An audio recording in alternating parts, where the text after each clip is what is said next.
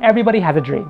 It could be something big or something small. It's something that we hold on to because one day it might just happen. In the manga Shiori Experience, we follow Shiori Honda on her journey to become a rock legend.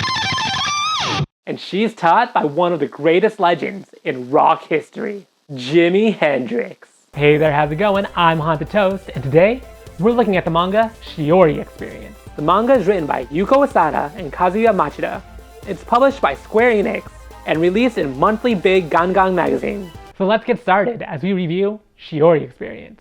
The story follows Shiori Honda. At a young age, she always had the dream of being a rock star, like her brother. But that dream quickly died when her family fell into debt.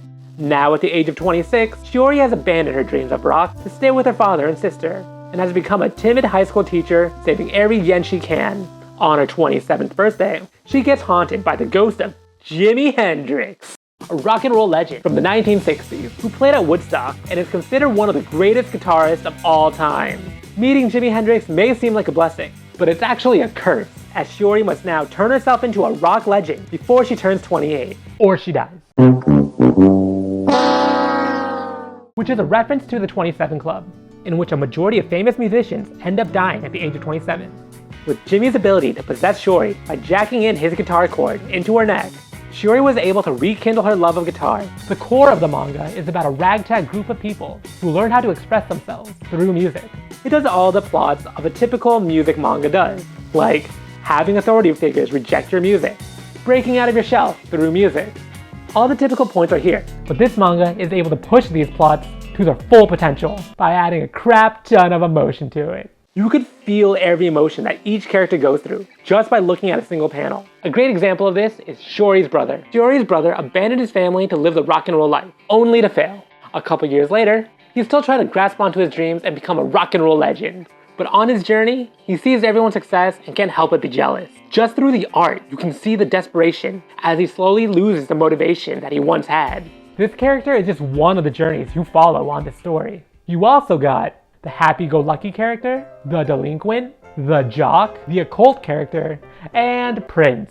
This manga has a giant cast of characters, and each one of these characters has their own story to tell.